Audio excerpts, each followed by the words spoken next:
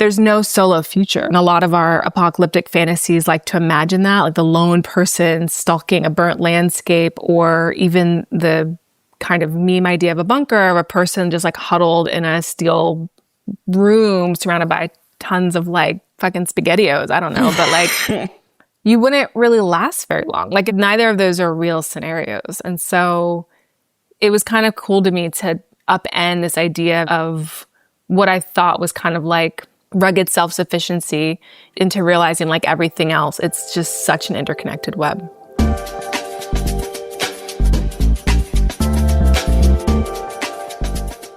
I'm so excited about our guest today. I've been a huge fan of J Wortham for a really long time. Bitch, love me everything too. that they've done. Love their podcast. Love their mind. I was so curious to hear what they had to say about like this survivalism I know. moment. I feel like there's just a new face of survivalism in America, and it used to be very kind of like neck beard. Yes. And it's like more queer now. Not to say queer people can have a neck beard, but No, I think it's kind of this shift that we kind of get into in the interview of like from the conservative, prepper type of energy to like now like the girls in Bushwick are like prepping too, Yep. So essentially the reason we want to talk to Jay today is because they came out with an article in the New York Times about doing a 10-day crash course on survivalism, which is like an interesting, like, I don't think you would imagine like a New York Times writer necessarily being interested in like survivalism. No, totally. And they're a fan of Survivor, and as a fellow fan of Survivor, I was like so intrigued about kind of like why they wanted to do it, why they were interested in like all the things they kind of learned from it. I was so curious. There are some writers there, or like in the New Yorker, or like some of these other like publications, where I just like how their brain works so much that I read anything by them, like Jay or like Gio Tolentino.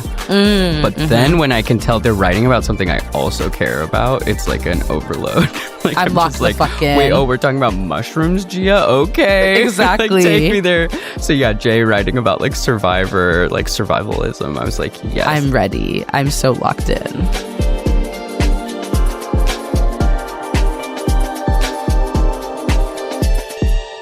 We usually just start off with you introducing yourself in any way that you feel comfortable with. The world is my oyster. Okay. Hi, everyone. I'm J Wortham. My pronouns are they, them, and I'm a writer. I am a podcaster. I am many things. I'm an herbalist, sound practitioner, Reiki practitioner, and, a really present and engaged person in the world, I hope. Whoa. Oh, that's huge. Beautiful. Yeah. Love that. So could you tell us a little bit about like your sound healing, herbalism, and Reiki practice? Like what do your services look like, and like how can these practices be like tools for healing and harm reduction for folks? For sure. Babette, I love that you said services, because that sounds so professional. And this is not a professional operation, although I wish it were. I mean, okay, so what had happened was in maybe 2014, 15, 16, so now almost a decade ago, I was feeling pretty unwell all the time, which is still true today, but just in a different way. I just had a lot of anxiety. I was having a lot of eczema. I was having a really hard time sleeping. And, the thing about Western medicine is when you go to doctors and you try to explain all these symptoms and fatigue and nervousness or whatever, like, I feel scared to take the subway. They're just like, I don't know, are you sleeping? Are you drinking water? Are you exercising? And it's really infuriating because on one hand, they're right. Like the older I've gotten as I've moved through life, I'm like, yeah, if I actually am not hydrating, I'm not sleeping, I'm not exercising, I'm probably not in great shape. But you also have to have a kind of baseline of health to be able to even do those things. Right. I should say my baseline is a lot higher right now. But during that time, I was really a wreck and I was working a really high pressure job. And so I didn't really know what to do. And I'm a real curious person and I love poking around about worlds I don't understand or don't know anything about. And I would always see these flyers for like wellness spaces. You just like hear stuff. And I started being like, okay, well, is there anything in this realm of like capital W wellness that can help me. And, since then we've developed a lot more tools about scam culture and literacy around just wellness propaganda and like the sort of false promises of like self-care in terms of the way it prioritizes the individual over the collective. But I think during that time, it led me into some really interesting spaces. And one of them was a exhibition curated by Simone Lee, which was held at the New Museum. It was modeled after the Black Panther Party's free lunch programs, and also the Young Lords who would do free acupuncture uptown and like hijack tuberculosis testing trucks and like take them over to Spanish Harlem. Basically people who were really organized and trying to fill a need and service their communities in traditional and untraditional ways. And there were just tons of workshops. There were acupuncture workshops, herbalism workshops, meditation, just a lot of things I'd heard about, but I didn't know how to access it. Also as a person of the global majority, because a lot of times when I would go into hot yoga spaces or an herbal shop or anything, it would be predominantly kind of white, cis-seeming, straight-seeming people. And I would automatically feel uncomfortable. Like, I don't know how to talk about what's wrong. Is this person going to gaslight me? Are they going to believe me? And it was really, really healing to just enter into a space that already understood the silent killer of oppression and capitalist society and just all the things that I couldn't really name as having a physical and psychological impact on me. Like I knew I was fucked up, but like I think it was the first time that people were like, no, this is sort of the point. Like you're supposed to be feeling cuckoo, And so here's some ways that kind of help you return to your body, to try to feel safe in your body, to even acknowledge you have a body. And not everything was for me and not everything even worked, but it was a space where I could go for free and learn. And I just have never, ever, ever forgotten that. And interviewed her about it for a piece because it really moved me so much about how hard it is to access care and how hard it is to even articulate the care you need.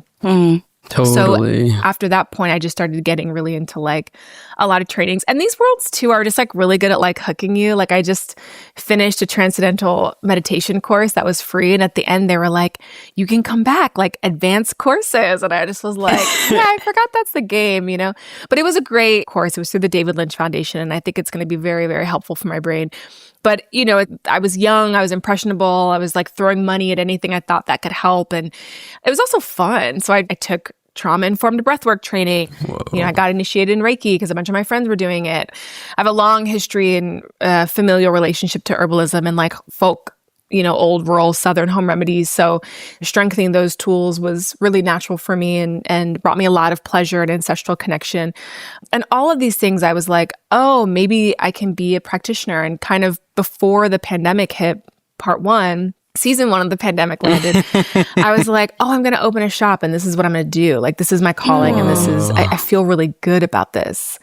And then that has changed quite a bit, but it's still a desire of mine. And I see people, but usually they just reach out to me and ask for a service. And it's some combination of all those things, of some breathwork and Reiki and sound healing and herbalism. And I try to offer it mostly for free. I mean, I have a day job, I have salary privilege. So, when it comes to Black trans folks, it's free. And then everyone else is sliding scale. And the sliding scale is just really, for me, I think, as a protective mechanism to honor that a lot of people do this for a living and they are expensive skills to acquire and also learn how to, facilitate in the right way. And when you have a good facilitator, it makes all the difference. Like sometimes people lay hands and I'm like, I don't know, but I've definitely gone in and worked with people where I'm like, oh, you are a healer. Like you are channeling right now. So I don't want to devalue that work because it shouldn't be free, but I can also afford to make it more accessible.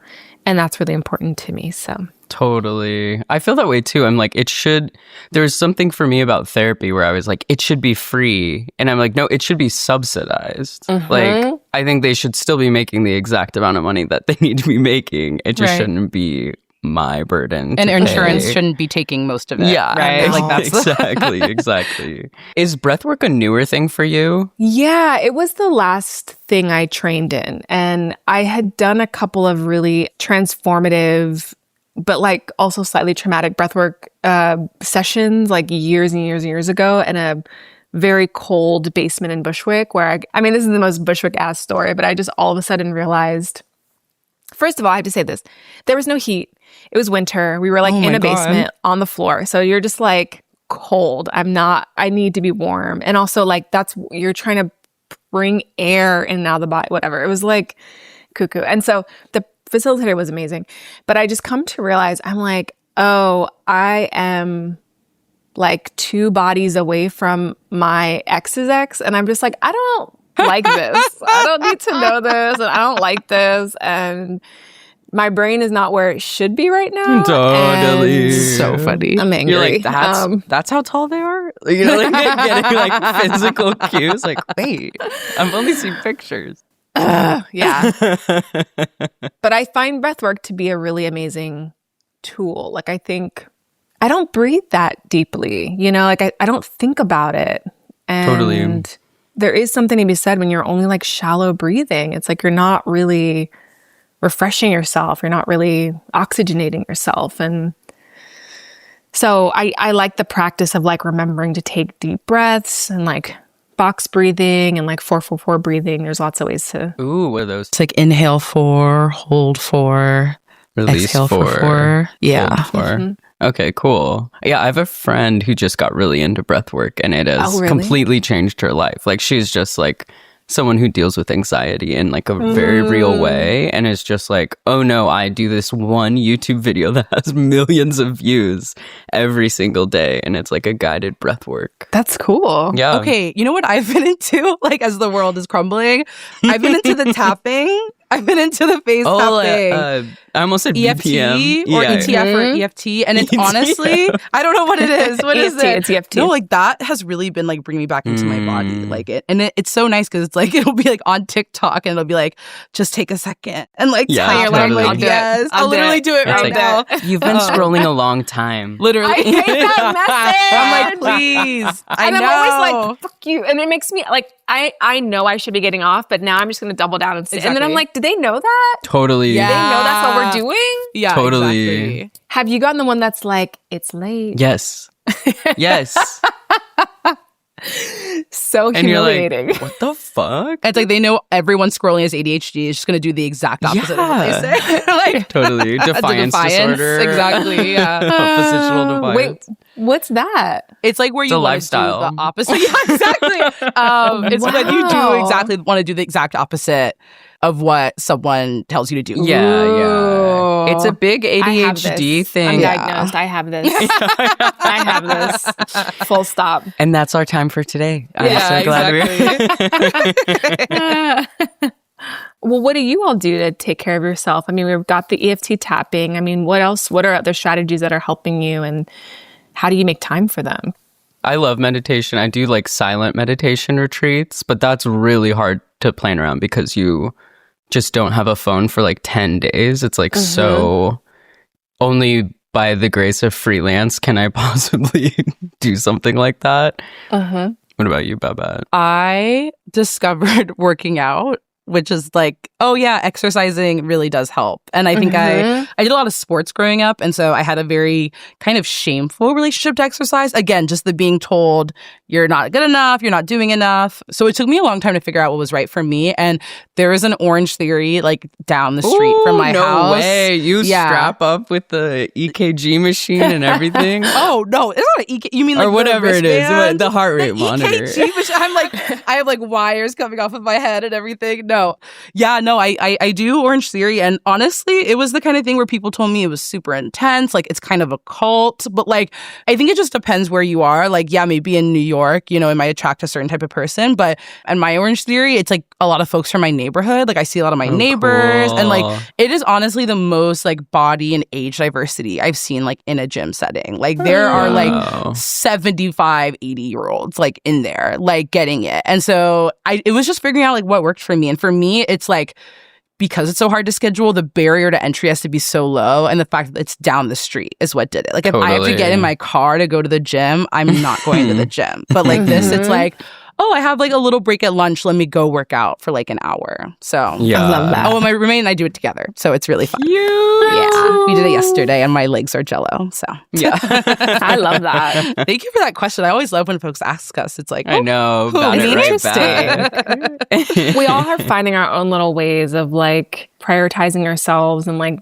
disconnecting a little bit from whatever this apparatus is. And so it's cool to hear about it. And it is simple things. It is like sitting still and not having your phone, like moving your body, you know, it feels like it's so much harder than it should be, but it is about like accountability and cultivating routines and exactly making it work.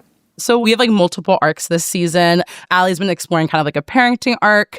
And then like I'm, on the other hand, like single and feral and like considering like going into the woods and like living my life basically. So we've been kind of thinking about this kind of like survival, like surviving the end of the world type of arc thing. And you wrote this piece for New York Times Magazine called My 10-Day Crash Course on Surviving the Apocalypse, which we loved. And we were wondering just first if you could tell us about the ideation for that piece and like what made you want to kind of do that in the first place? Like go on this like 10-day survivalist crash course. What made me want to do that? I like learning things and I like learning how to do things. And I feel really competent and capable when I know how to do stuff. And I also watch the show Survivor pretty religiously. I just watched it before this. It's so good. It's always so good. It's just like really scratches such a brain itch for me. It's like really interesting to see the interplay of social currency and communication and sort of subterfuge. And so I think I just kind of got really obsessed, as one does while watching, while you think about what you would do in those scenarios. And I was kind of like, well, I have to learn how to make fire. Like I can't even think about going on the show if I don't know how to make fire. Because I'm like, I would be good at Survivor. Would you audition? Oh my God. I would audition. I've actually thought about it for years. Yes, I would audition. I'd be like a Mike White. And it was kind of like a joke among friends, but also I am someone who like learns about fermentation. Like I grew up canning, like my parents, again, like rural people who would be like, you know, learn how to grow veggies and like, here's how we can them. And, you know, my dad would always take me fishing. So like learning how to catch fish and clean them. It's like, I like knowing how to do stuff. And I think it makes me kind of scared to just be so dependent on my phone. You know, I don't know. I like having skills. It's like, I just don't want to be helpless, I think, in the world. And also, I put this in the piece, but like living in New York through Hurricane Sandy was really an awakening for me about like how vulnerable we are and how fragile the city's infrastructure is, which we know, but it had really been tested during that time. And I think it was just kind of a rude awakening about what we need to do. And I'm sure after that, I like made it go back, but then I was just like, eating the food in it and getting the cash out for nail appointments. I don't know. It didn't like stick, you know, like definitely didn't stick. But all of those things kind of emerged in me being like, is there a way I can get my job to pay for this thing that I would like to do that's expensive, but I think would be really fun? Survivalism training. And so then I found this teacher and was like, yeah, I actually want to work with like a not white person who thinks about like indigeneity and thinks about the land and has a relationship to the land. And a lot of people on Alone have that mindset, Alone being the TV show, the opposite of Survivor, which drops people off to actually survive off the land. And I was just like, yeah, I want to do this. Like, I want to spearfish. I want to make a net. I want to just basically like find water. I want to learn how to make fire. I want to learn how to hunt. Like, I just want to know how to do all of these things. And it was truly like a really wild boot camp. Like my instructor, I think he definitely had undiagnosed ADHD because we would just be like hanging out and then he would just like bring out all these projectiles and be like, do you want to learn how to hit like a rabbit out of a tree or whatever? And I'd be like, yeah, you know.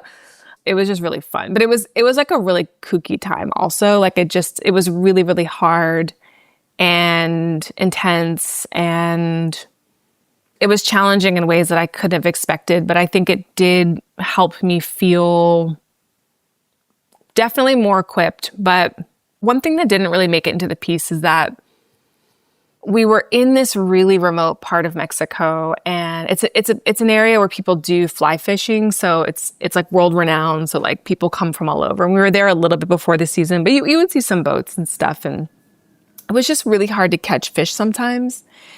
And the guide had been coming there for years and years and years and years and years, and he was just like reflecting, like, yeah, there's just like a lot less fish, and like there's a lot more pollution. And I just felt a lot of grief around that. Like I was just kind of like we did like hand lining one day, which is we just had a roll of fishing line and then we're like digging up bait, like worms to use as bait, and then like making little hooks and then just like wading into like waist high, like shallowish water, and then like just trying to like dangle and then like kind of catch his fish, which actually worked. It worked very well. And that it was like very cool to be like, okay, like there's just like basic things if you can like figure it out.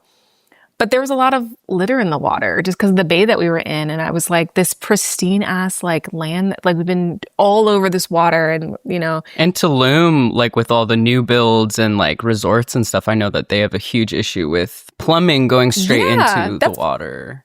I have never been to Tulum and not gotten sick as a dog. So that sounds exactly right.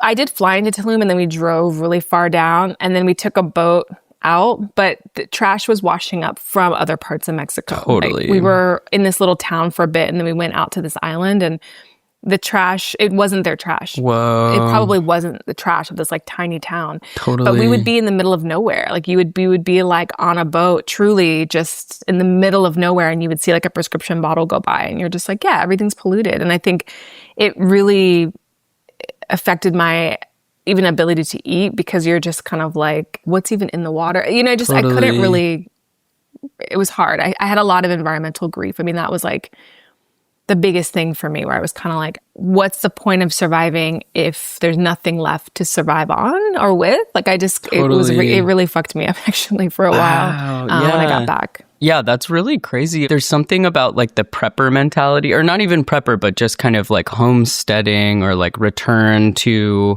self-sustaining that is like really attractive to me. But yeah, there is like this other side of it where you want like environmental progress with that as well, because then it's like, oh, it's just going to be me and the land. Well then, yeah, let's talk about the land. Like, what's going on? Which is probably an argument for why more of us should do it, right? Because we're really divorced from the actual logistics of being alive. Wow. Even though we tend to our homes, we tend to our lives, but in terms of like our waterways or like our foodways, like we don't really see them. And I think if people did have access, then we would be a bit more radicalized and a bit more politicized around it. I mean, that's definitely how I came away feeling. And I know that's like one of the goals of a lot of people who go on that TV show alone. Like they're like, yeah, like if you understood how hard it was to make a shirt or like make a blanket to keep you warm, you wouldn't just like throw away shit and contribute to this problem. And they're right. And it's kind of astounding. Like it just kind of does fill you with this sense of awe.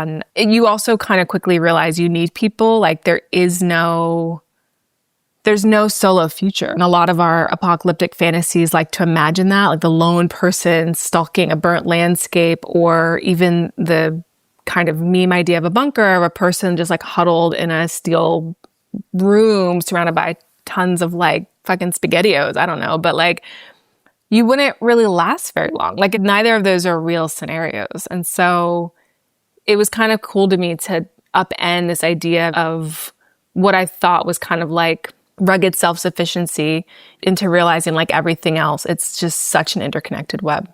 Wow. What do you think is the importance of kind of getting into these self-sustaining or like prepper or whatever kind of like modes of thinking? Like, do you think that that's specifically important for like marginalized people, or like is this a response to like how crazy America has felt lately? And is there kind of a dropout feeling propelling this for a lot of people? Or do you think that this is just like an actual necessary thing for us in the future of this country? I mean, it's old and new. Survivalism in the US is like a hobby. And in the arc of the world and the arc of reality right now, it is just fact for some people. And all of our ancestors and our transcestors had to figure it out. And survivalism looked really different for them than it does for us, but that doesn't make it less valid, or I don't know. But I think there's always been a form of this because we exist outside of the paradigms of valued life, I guess, And so if you're not conforming or adhering or even seen as a fully embodied person, like you don't have access. And even those fucking people don't have access, but that's a whole other conversation. Totally. You know what I mean? Oh my God, totally. Come on, yeah. But we really don't have access to just basic resources and are not considered in the creation of empire or society or anything. I mean, this is what we're seeing now is like what's happening with this administration is they're trying to take away what little we've fought for and earned and push us even farther to the margins as kind of a reaffirmation that our lives are less valuable than their lives. And it's really, actually crazy. I can actually use the word crazy. But to them, it makes perfect sense. And so I think in response to that, there is a little bit of an invitation for those who have the capacity to try to rethink how we exist. And then it gets really exciting to think about like opting out a little bit. And I think you kind of see that with the way a lot of organizing is not that publicly available. Like just information is going underground. Like we're getting really hip to surveillance. We're understanding that like, it's like, who are my neighbors? And like, that's going to help you more right now than probably resharing something on Instagram. Like it's going to be a lot more helpful to know who you live next door to, their names, and have that trust built so that when they're in need or you're in need, that's the network. And I think these are the things we're really coming to understand. And I am really interested in researching Black survivalist communities, like just little whispers of things that I heard. I was in Durham for a film fellowship at Duke, and a friend who lives down there on a lot of land was giving me GUN lessons. And I'm like, I don't know, my family's all military. I've definitely grown up around guns and I don't want to use them, but like, I don't want to be afraid of them. And I want to know how they work. And I want to understand what I'm looking at because that's adaptive in my opinion. I don't want to own a gun, but I do want to know how to use one and disarm one if I need to, So I think it is in response to this period of time where I was going to say that we're barreling into, but honestly, it's barreling into us. But I think it's older than right now. And I find that to be kind of encouraging. Like, I'm kind of like, there are a lot of maps and blueprints. And because our culture is so amnesiac, if that's a word, and we engineer in forgetting to history and we don't know these stories, but there's also such a creative and cultural practice right now of like unearthing all that information. So it's kind of where I landed on it. Wow. Yeah. What you said about survivalism in the US being a hobby is like so powerful because, we essentially get to live in the US these somewhat comfortable lives off of the backs of like everyone in the third world, right? And so like, we have the privilege to like look at survival as this thing to get into, whereas like, for many of us, like our ancestors, folks who have essentially built and created the American empire, the bricks of the American empire, like they did not have a choice. It's like survival was not something they could dabble in or get into, but instead like this like necessity.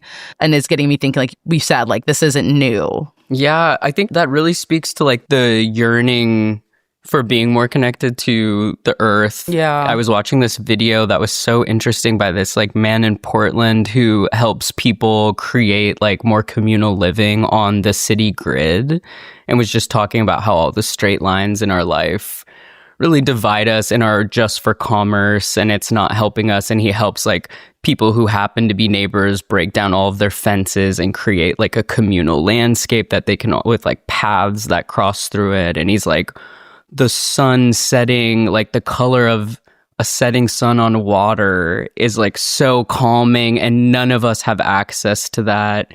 We always see is like pavement, and they like build little like, he has like this little like hobbit looking hutch in front of his house that just has free tea. It's like a free tea and coffee station, and he goes out and like fills it with hot water in the morning. And I was just like, wait, why is this blowing my mind right now? Like, it's all so attainable, but it is very true. Like, we're completely divorced. Yeah. And it's just to be able to like get to our jobs as fast as possible. Like, yes. That's pretty brutal.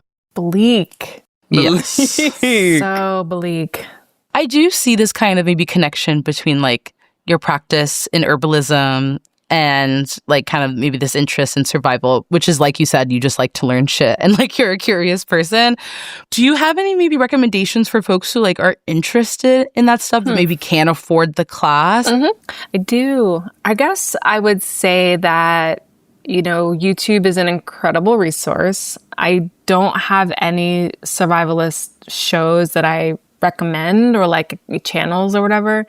But a lot of people on there share knowledge constantly. So if you're curious about building a shelter, like you could watch a YouTube video and there's podcasts. I mean, it's all mostly authored and promoted by, you know, like a very particular kind of person in camo. So you have to take it with a grain of salt. But there's a lot of information out there. I think it's just kind of hard to parse like what you need to know. And I would say that I think if there's a skill or a hobby that you're interested in learning, like you're like, oh, I've always wanted to learn more about herbalism, or I've always wanted to learn more about like fermentation, like food preservation, or I want to know more about like knitting, maybe think about pursuing that one skill in an affordable way and recognize that it will be like a great contribution to whatever is happening in the future. Because again, it's like, it's not like one person needs to know how to do everything. It's just helpful to have a thing that you can do relatively well. And so then it gets really easy because it's like, well, if you live in an area where there's some sort of nature, you can take a plant walk class. A lot of botanical gardens and like, you know, local libraries will offer plant identification. And that's super helpful just to know what plants are around me.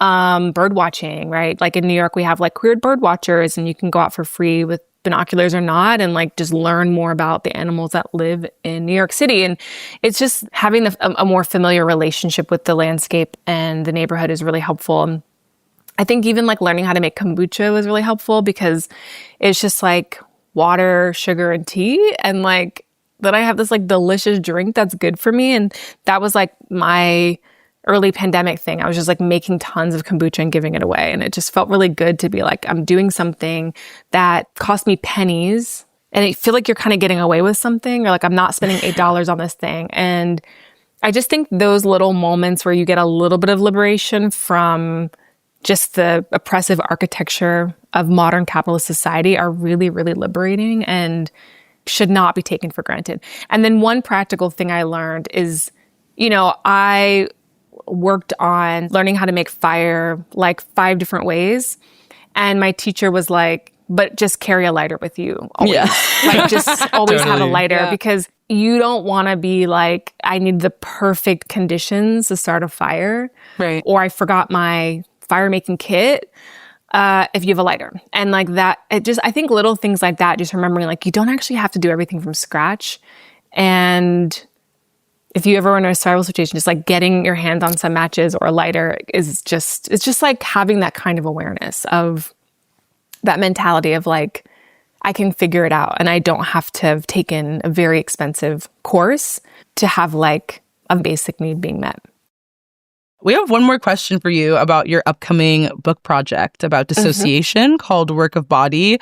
Could you tell us more about that? And like, is dissociation like a bad thing inherently? Like, can it be helpful in some situations? Sure, yeah. So my next book project, Work of Body, is about coming to realize that I'm a dissociative person and what that means for me. And also, I don't have an extreme dissociative identity disorder, but I would say more past tense, but it still does happen. But like, I do dissociate quite a bit. It did have a not great effect on my life mostly because I didn't know what was happening. So it was just really scary because all of a sudden I'd be like, I feel really out of it, or I feel really confused, or like, I feel like I need to sit down, or like I'm dizzy. Like I just never really knew what was going on. Or I would be like, I'd go for a walk and then I kind of like tune out and all of a sudden I'd be like, I'm on the other side of town. Like this happened when I was hiking in LA once which is truly scary because I ended up on like the other side of the park that I was on. And then I like started crying because I was like, I got to get back. Like scary. LA is huge and it's high, you know? Yeah. It's like, and I wanted to write a little bit more about maybe like a cultural interpretation of dissociation. So like looking at some of the history Also thinking about gender dissociation, which is like a really, common milestone in like a trans journey and can be really helpful to dissociate from cultural ideas of gender. And I wanted to look at it in pop culture, and also a lot of artists talk about going into a third space. I mean, you think about the emancipation of Mimi, or like Sasha Fierce, or Blue Ivy the Manager. It's like people have these personas that they step into to allow them to do other things. So we manufacture alters because we need them to perform certain functions. So to answer your question, I mean, it's not a bad thing. I mean, we're supposed to dissociate. Like when you play as a kid and you're deep in the world of imagination, that's dissociation. Or when you go to the movies, that's healthy dissociation. Or when you read a book, it's just that it is a coping mechanism for dealing with really intense trauma. And there's a lot of research too that's coming out that it's just a coping mechanism for dealing with overwhelm. And I think the challenge becomes when you're not employing it or deploying it, it's just being done to you. I feel very dissociative when I use TikTok. Like I'm just like, I don't know how long I'm going to be here. I'm like, totally. I'm going to wake up in Berlin. Like, I don't know. It's a long flight. Like, and it's kind of hard because I like it. I really love that feeling. I love it. Yeah.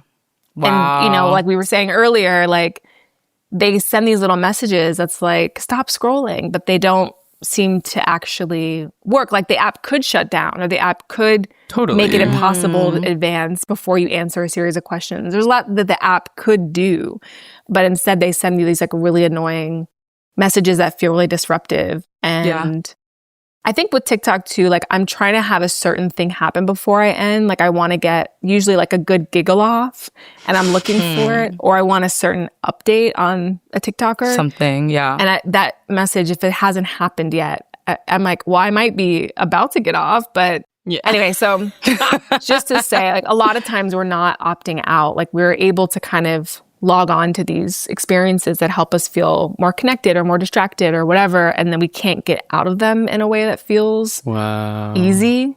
Yeah. So we just live in such a dissociative world, and there's a lot to want to dissociate from.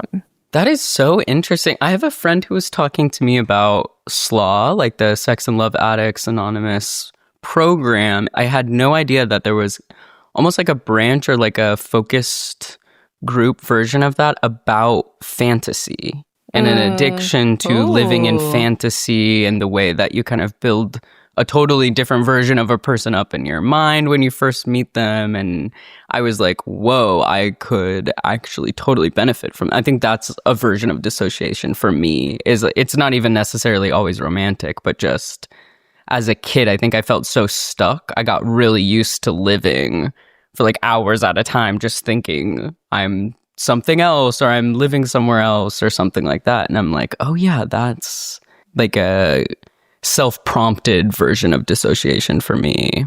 Yeah, definitely. Yeah. And not always bad, again. Like you are able to press pause. And I'm curious about, like, now we're really galaxy braining, but like the opioid epidemic. And I'm like, are some people unable to dissociate as readily or on their own terms as they want to be able to? Is that why these like dissociative drugs have like risen in such a crazy way in this country? Definitely. It's all connected. There are some theories too about addiction that talk about it as like memory work, like you're kind of reliving memories of things in addiction, or you're trying to escape loops of memories. It's sort of like both and. And then when I think about it that way, I'm like, well, yeah, dissociation is such a huge part of addiction, because you're either trying to dissociate so that you can kind of be in that fantasy, or you're trying to dissociate from something that you don't want to relive. Like, I think that really tracks for me in one of my understandings of addiction, for sure. Whoa. Yeah, a big part of the spiral and the title of this podcast is about like how we kind of relive similar things. Like it's all throughout time, but you can collapse and kind of be in like a very similar place, and you kind of hit this thing over and over again. Whew. I'm going to go reflect after this a little bit. This sounds like a really sick book. No, yeah, just I'm relax. So Just go on TikTok. Exactly. Watch a water mukbang. It's fine. Oh my, wait, water mukbang? I love a water mukbang. Yeah, they're just drinking a lot of water. Different kinds of water sometimes too. The worlds are infinite.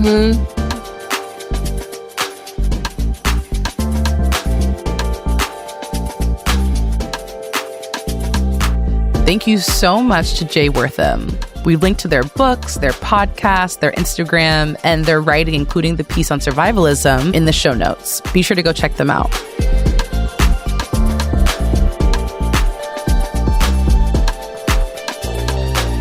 Gender Spiral is an original podcast from Audiation. This episode was mixed by Matt Noble. Theme music is composed by Chanel Kirchlow, remixed by Daria Lord. Additional music by Command Jasmine, courtesy of Molten Heart, with art by Joey Hahn and graphics by Michael Tyrone Delaney. The show is executive produced by Ireland Meacham, myself, Babette Thomas, and my co-host Ali Beardsley, along with Sandy Smullins, with some additional story editing from Susie Armitage. If you want to help us out, you can rate or review us wherever you're listening to us right now, and follow us on Instagram at Gender Spiral to get notified about new episodes. And be sure to support us on Patreon at patreon.com/Gender Spiral Podcast. For $2 a month, you can listen to the entire back catalog of Gender Spiral episodes ad-free. Plus, you can get access to our Discord community. Higher tiers will get you exclusive bonus content, plus gifts from us like these cute little monthly postcards and free merch. You can also check us out at genderspiralpod.com, where you'll find transcripts for each episode and a link to leave us a voicemail. And you can shop our merch store.